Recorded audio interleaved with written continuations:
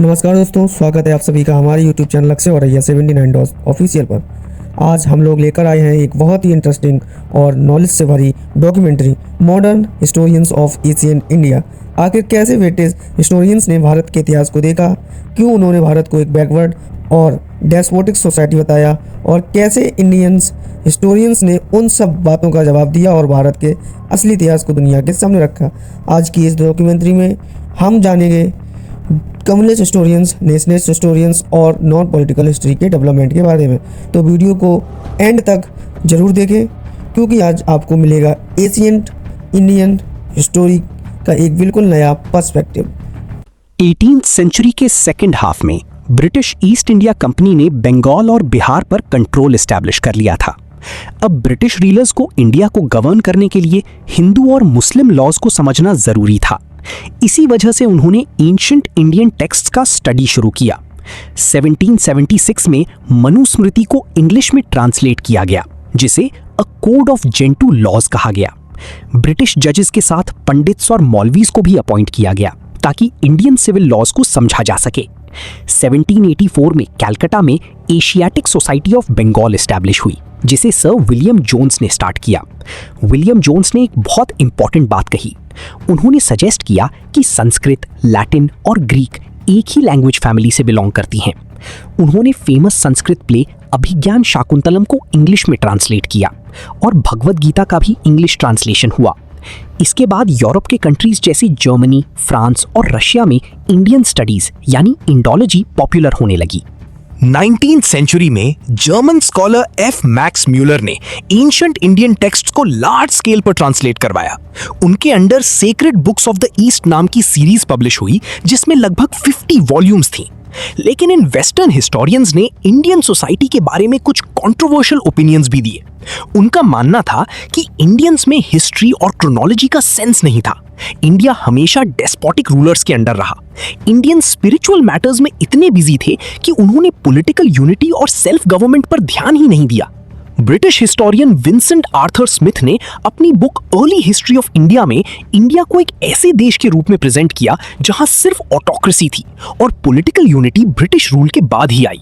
सच कहें तो ये इंटरप्रिटेशंस ब्रिटिश रूल को जस्टिफाई करने के लिए यूज की गई थी। ब्रिटिश लोग दिखाना चाहते थे कि इंडियंस खुद को गवर्न नहीं कर सकते। ब्रिटिश हिस्टोरियंस की इन बातों ने इंडियन स्कॉलर्स को चैलेंज किया। इंडियन हिस्टोरियंस ने डिसाइड किया कि वो अपने एंशिएंट हिस्ट्री को खुद रिसर्च करेंगे और दुनिया को सच बताएंगे। राजेंद्र लाल मित्रा ने वैदिक टेक्स्ट्स पब्लिश किए और एंशिएंट इंडियन सोसाइटी को रैशनल वे में एक्सप्लेन किया। आर.जी. भंडारकर ने सतवाहना डायनेस्टी और वैष्णविज्म पर रिसर्च की। साथ ही वो सोशल रिफॉर्मर भी थे और विडो रीमैरिज को सपोर्ट करते थे।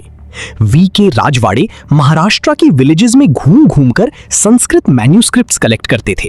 उन्होंने मराठा हिस्ट्री के बहुत वैल्यूएबल सोर्सेज पब्लिश किए।